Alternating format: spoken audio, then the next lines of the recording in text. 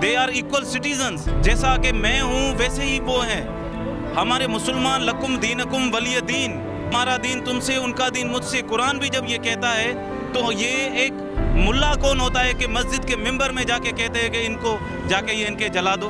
भाई पीर सरदार बानिया गुलाम 22वीं सदी में सिंध को आपने ये कर दिया है। ऐसी कई फातिमाएं हैं, ऐसी कई फातिमाएं जो इनके पीरों के घर में हैं। मैं तो पीर बोलता ही नहीं हूँ। वजह क्या है?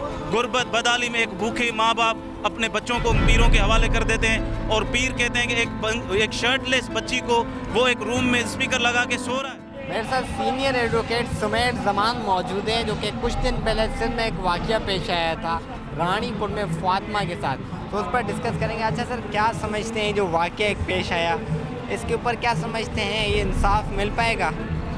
देखिए सर, आज हम जो हुए हैं इस मुल्क में इतने बड़े जो 3-4 सानिए हुए हैं। सबसे पहले जो बड़ा सानिया हुआ है हमारे यहाँ पंजाब में, हमारे क्रिश्चियन ब्रादर को वहाँ पे बिरादरी को वहाँ पे उनके घर जलाए गए हैं। 19 चर्चेज़, एक इबादत गाह भी अगर कोई जलती है ना उस पर भी तौहीन का केस बनता है। ये 19 चर्चेज़ जलाए गए हैं, उनके बाइबल जलाए गए हैं। स्टेट ने अपनी ज़िम्मेदारी पूरी की है, लेकिन असल जो मकसद है ये है कि हर दफ़ा कब तक ये पाकिस्तान इस मुल्क में माइनॉरिटीज़, मैं हमेशा ये कहता हुआ हूँ कि इनको माइनॉरिटीज़ आप क्यों कहते हैं?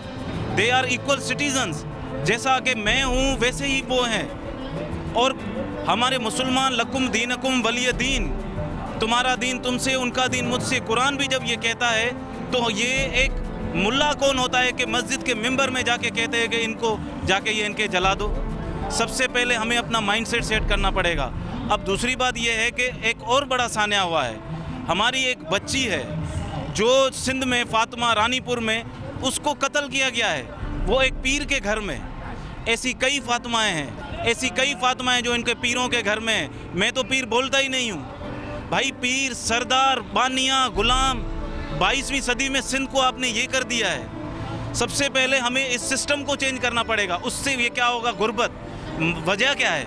गुर्बत बदहाली में एक भूखे माँ बाप अपने बच्चों को पीरों के हवाले कर देते हैं और पीर कहते हैं कि एक शर्टलेस बच्ची को वो एक रूम में स्पीकर लगा के सो रहा है।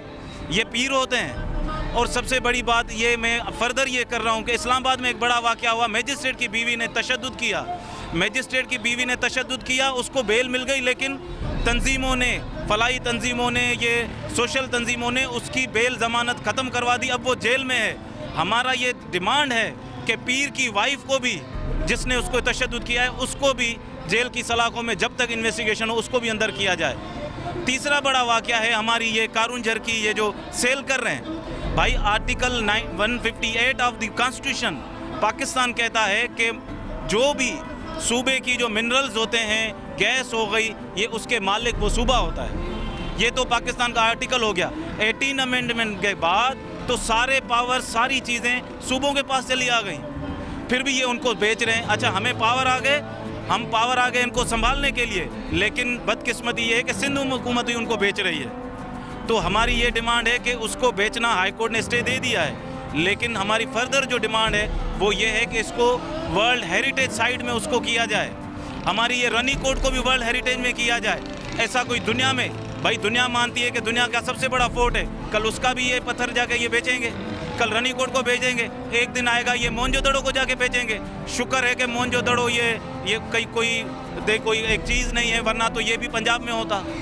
तो ये एक सिंध के साथ एक मुसलसल जो ज़्यादतियाँ हो रही हैं, उसकी वजह से ये हम सारे आज एहतजाज कर रहे हैं, जिसमें सोशल एक्टिविस्ट हैं, जिसमें वकला हैं, जिसमें लीडरशिप है सिंध की। आप पीछे देखें क्रिश्चियन खड़े हुए हैं। मतलब इस मुल्क में क्या पाकिस्तान की रियासत को कब तक आप ये क्या बनाना, रिपब्लिक बनाना चाहते हैं या एक फलाई, एक जमहूरी रियासत जिसका ख्वाब क्या है? आप इसके बेसिक को तोड़ रहे हैं। बेसिक मुल्क की क्या थी कि भाई हर कोई इक्वल सिटीज़न होगा।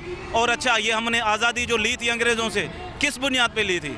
कि माइनॉरिटीज़ मुस्लिम्स को हक नहीं मिल रहे थे वहाँ पे। तो कायद-ए-आज़म ने मिल के सिंध असेंबली ने कि भाई वहाँ पे एक अलग रियासत बनाई जाए, मुसलमानों को जहाँ पे हुकूक हो, और उसमें सब Christian. You are free to go, Quaid-e-Azam का एक बड़ा मशहूर कोट है, you are free to go to your mass, to the churches, to anywhere of the your prayer you want. Religion have nothing to do with the business of the state. मज़हब का रियासत के मामलों में कोई अमल दखल नहीं होगा। लेकिन हमारा सबसे मज़हब को भी पहले पाकिस्तान नाम था, लेकिन 96 में इसका नाम इस्लामी जमहूरिया पाकिस्तान भी कर दिया। लेकिन जिन्होंने पाकिस्तान में कुछ भी नहीं किया था वो इसके मालिक बन गए। ये सिचुएशन दिन ब दिन एक डिस्ट्रक्शन की तरफ जा रही है, ये अच्छाई की तरफ नहीं जा रही। मिसिंग पर्सन के इशूज़ हों, फंडामेंटल राइट्स के इशूज़ हों, where we are heading to the abyss of destruction, decimation. So we have to be very careful. अगर इस मुल्क को आधा मुल्क गंवा चुके हैं, बलोचिस्तान की हालत क्या है, KPK की हालत क्या है, बमों से उसको भी ख़त्म कर दिया, सिंध को आप ये कर रहे हैं। तो हमारी एक सिंपल एक डिमांड है, हम कोई यहाँ पे कोई जंग नहीं, एक अपने हक मांगने के लिए ये सारे रोडों पे बच्चे बच्चियाँ और ये आए हैं। तो लिहाजा एक सिंपल एक डिमांड, एक रिक्वेस्ट है कि स्टेट से, मशीनरी से, कि भाई हमें और कुछ नहीं तो एक जीने के हुकूक दिए जाएँ। Thank you.